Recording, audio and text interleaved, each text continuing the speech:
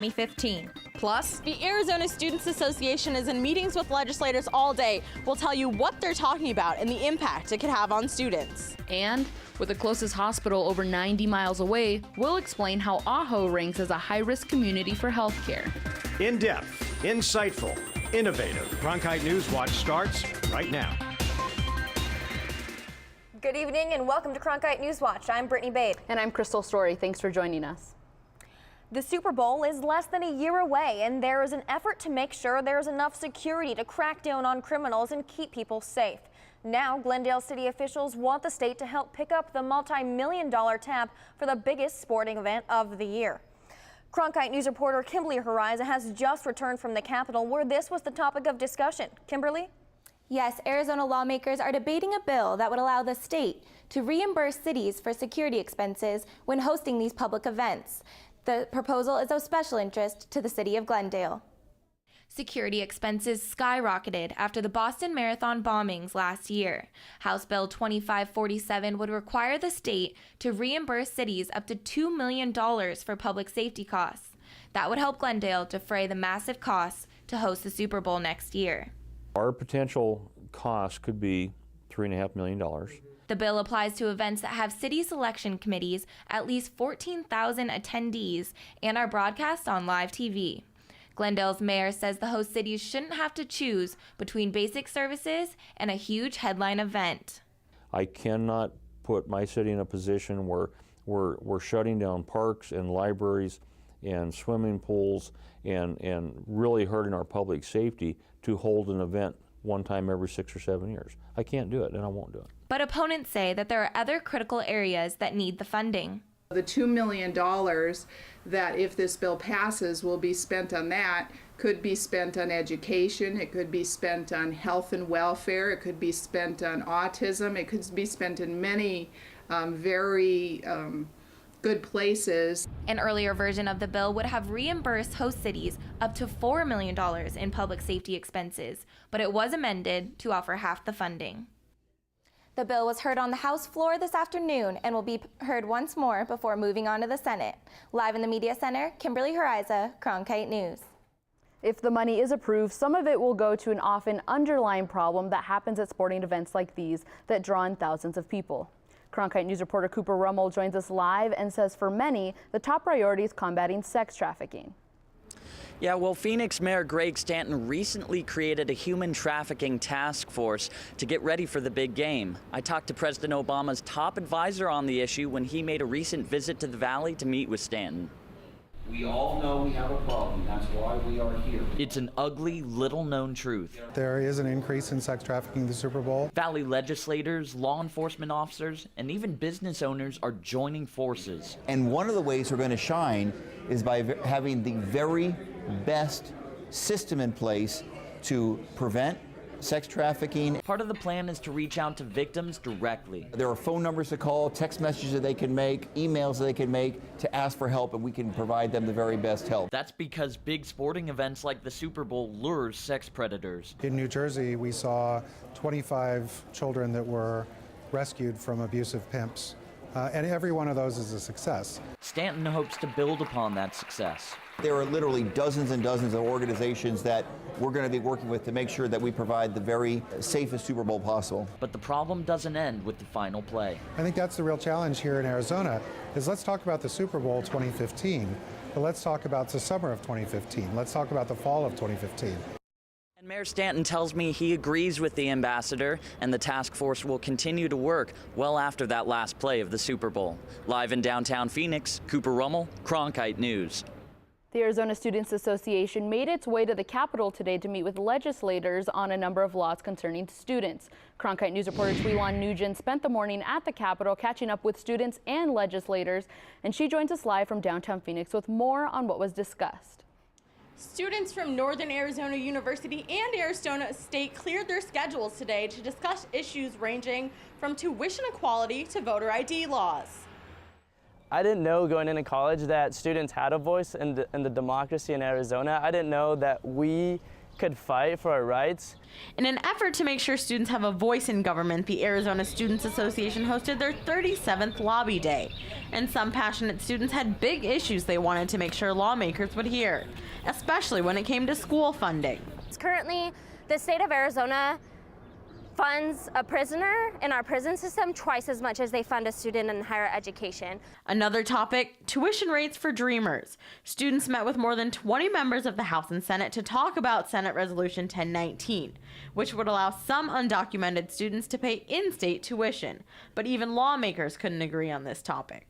And I think that's an important thing. We need to allow people to have the opportunity to get that education so that they can be contributing members to our society. People of the state of Arizona actually passed a proposition that says anybody that is here illegally would be considered as a non-resident, would have to pay out-of-state tuition. Students also met with lawmakers to discuss a voter ID law for students, and we're looking for volunteers to sponsor the bill in the future. We want to work with representatives and senators and figure out how can we take a student ID card and make that good enough to go to a poll and use that as identification for voting.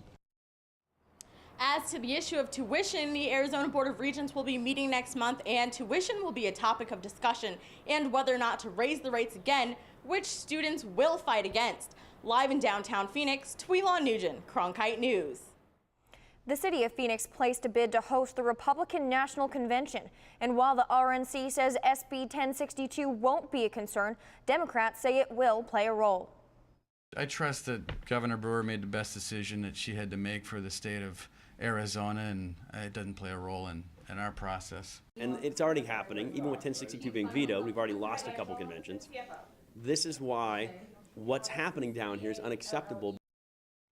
Either way, the RNC has a decision to make, but in the meantime, Campbell says the legislature needs to focus on fixing the state, or as he called it, a broken body. Unrest in the region of Ukraine continues as foreign leaders debate the use of military force. Arizona Senator John McCain has strong words for President Obama and Russian President Vladimir Putin. The President of the United States believes that the Cold War is over. That's fine, it is over, but Putin doesn't believe it's over. Why do we care? Because this is the ultimate result of a feckless foreign policy where nobody believes in America's strength anymore. Senator McCain warns if Russia has actually invaded the Ukraine, the U.S. could restart its missile defense system in the Czech Republic. Despite pushback from Ukraine, Russia's parliament approved President Putin's request to send the troops to the region. The heavily armed gunmen wearing unmarked uniforms are patrolling the streets and even raised the Russian flag over the Crimea parliament. At an emergent UN meeting, the Ukraine says Russia declined direct talks with them. Secretary of State John Kerry is expected to visit the capital city of Kiev tomorrow.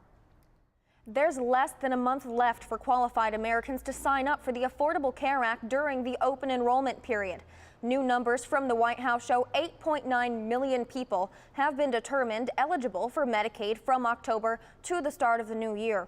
Healthcare research company Avalier says those numbers are high.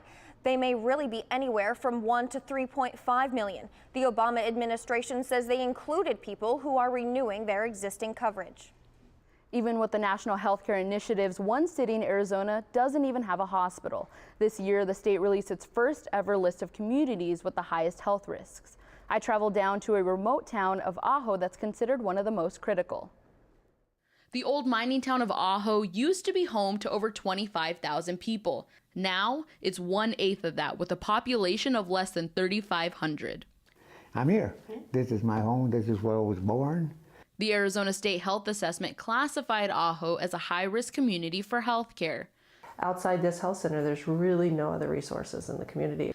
The one medical center in town is only open Monday through Friday, and it can only offer primary care, dental, and behavioral services. There's no hospital there because this town is small and doesn't offer much. And when you can't provide all of the answers for these people and they have to wait days, it's quite an ordeal. Any specialty services like prenatal care, physical therapy, and surgery need to be outsourced to hospitals. And the closest one is more than 90 miles away in the Phoenix metro area.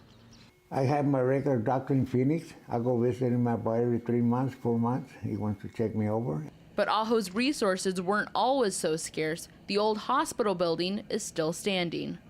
But when this mine closed, the majority of Aho's population left town, meaning less money and less resources for health care. With only one pharmacy and no retirement homes, growing old in Ajo can be a struggle. So you're going to get sick. You better get sick between 9 to 5. The Desert Sanita Health Center is trying to incorporate telemedicine, allowing patients and doctors to interact with each other through web cameras. Coming up on NewsWatch. You're probably guilty of pulling off the freeway after seeing these signs lure you in. We'll explain how these advertisements are helping highway businesses thrive. And if you're looking for ways to go green on the road, a Mesa-based company has plans to make it easier for you to drive your car a lot farther. You're watching Cronkite NewsWatch. Imagine being stranded. Feeding 16,000 points for them. From TV banks to computers. Cronkite NewsWatch starts right now.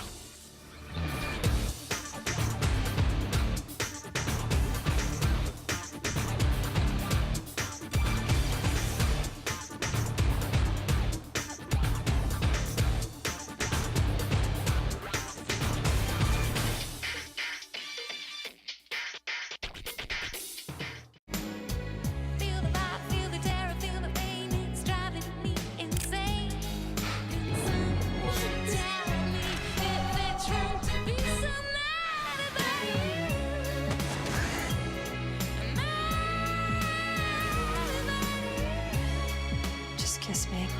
That's my kind of man. You've been creating quite a stir.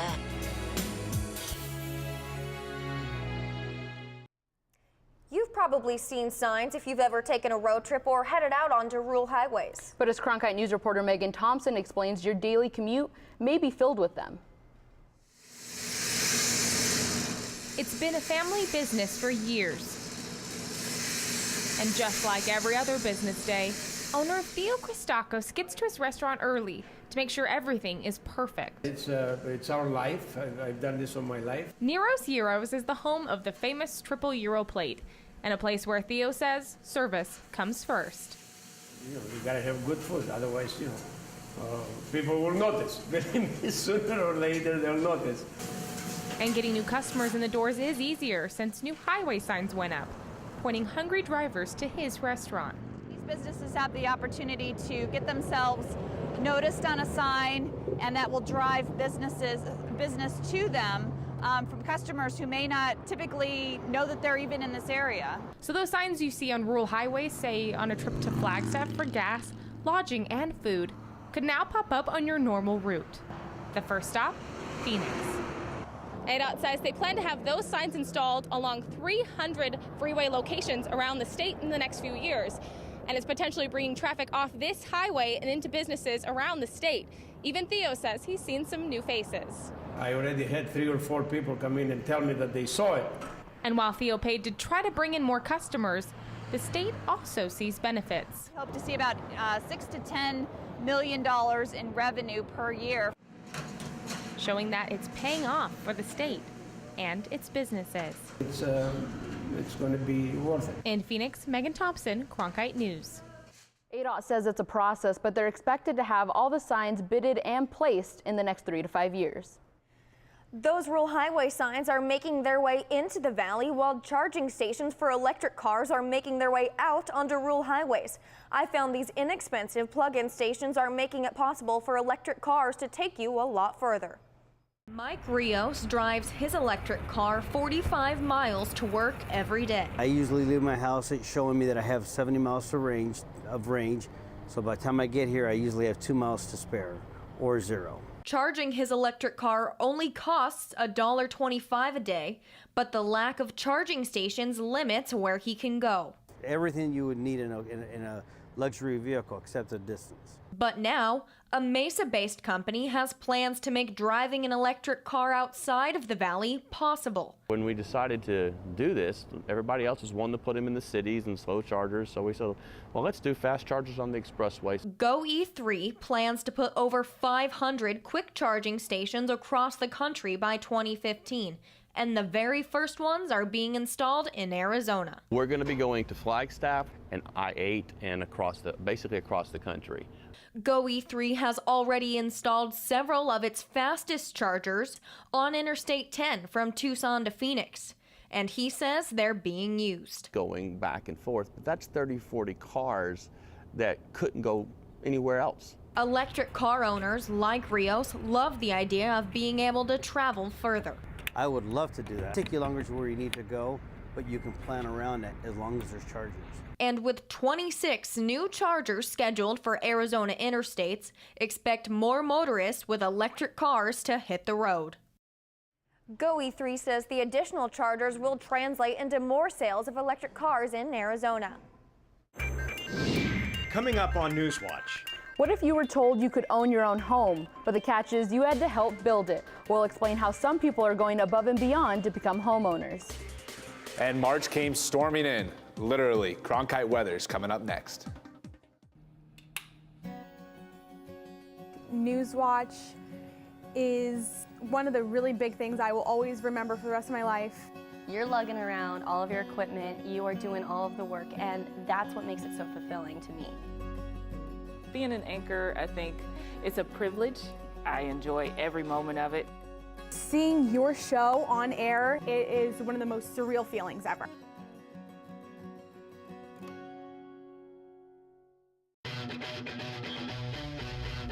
What if we could unlock every mystery? We're at the beginning of a revolution. That's a huge discovery. That's never been done before, ever, anywhere. Touchdown confirmed. No one feeds on curiosity like PBS. Give to your PBS station so future generations can keep asking, what if? For many people, owning a home is not easy. In fact, many people don't even consider that an option. But Cronkite News reporter Clarissa Tapia found out about a program that helps low-income families own a home. Clarissa? Yes, we all know there's nothing quite like owning your own home, but for many people, that's simply a luxury they cannot afford, unless you're willing to work for it. I found some families who are willing to go above and beyond to become homeowners. It's 7:30 a.m. on a Saturday, and this neighborhood is already wide awake. And not only are they awake, they're actually working. But not your typical Saturday chores. These people are building homes. Basically, the reason why I'm building the house is because I'm gonna have a daughter, you know? So I want her to have something, you know, when she gets here. Isaac is part of a self-help program offered by Comité de Bienestar in San Luis, Arizona, where families work together on their homes on the weekend in order to save money. We form groups of 10 or 12 families per group, and there's a supervisor that shows the families how to do the job. And many times, family members know nothing about construction. For me, hammering was the hardest lesson because I'd never even picked one up before in my life. Although there are 10 different families building their homes, they all work together in order to get the final product. The whole neighbors, you know, they work together and they help you, so most likely you will never have a problem. And the next best thing is what each family saves. We're saving around $40,000 because we're building them. That's possible thanks to federal funds from the U.S. Department of Agriculture. We help the families to build their houses. The government pays us to do that. The family doesn't pay us nothing. As for Isaac, he says the best part is getting to say to his daughter, I did it for you. You know, I think that will be the sweetest thing. Each family ends up paying about $90,000 for a home that would normally cost about $130,000 in the open market. Live in downtown Phoenix, Clarissa Tapia, Cronkite News.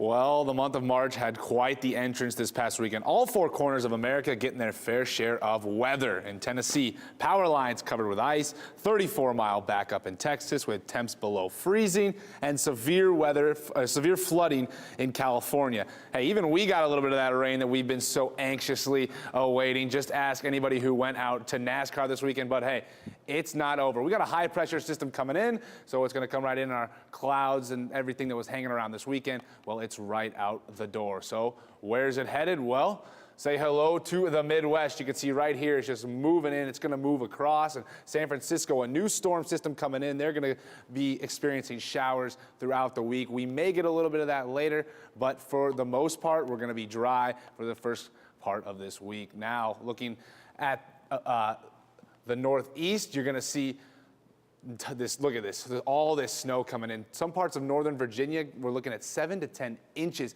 of snow and ice. And ice is when it gets really dangerous on the highways, causing all those pileups. And then, like I said, again, big storm systems just coming through the Midwest. But hey, we're lucky. It's sunny here. It's a nice 73 today, low of 55. Taking a look at your 5-day. If you're looking to go ahead and go to spring training this week, you're not going to be rained out this time. Low 80s through Wednesday, Thursday. Staying through the weekend, it's going to be a lot calmer, some few scattered clouds, lows in the high 50s. It's going to be beautiful outside, so make those baseball reservations and get out there. It's going to be gorgeous. As your forecast, I'm Adam Waltz, Cronkite Weather. Coming up on NewsWatch. It's not football season, but the best player in the Valley is making headlines. I'll tell you what he has to say. And history was made at PIR this weekend. I'll tell you why the race was so special for both the track and this year's winners. Poor Leo, still no Oscar for him, but we do have sports for you, and it's next. A tradition of excellence, integrity, and innovation. The second I came in, I fell in love with the program. The Cronkite School propels students into the new era of journalism. Students are learning. Digital, entrepreneurial, and collaborative labs encourage students to shape the future of the industry, and the industry is watching. We have come here to meet with students at the Walter Cronkite School of Journalism. The Cronkite School, the journalism school for the digital age. What if television could sweep us away to another time and place? Very nice, my lady. And could take us from the Gilded Age to the Great War. From the heat of the chase to the heart of a queen. No one tells stories like PBS. Give to your PBS station and help bring stories like these to life.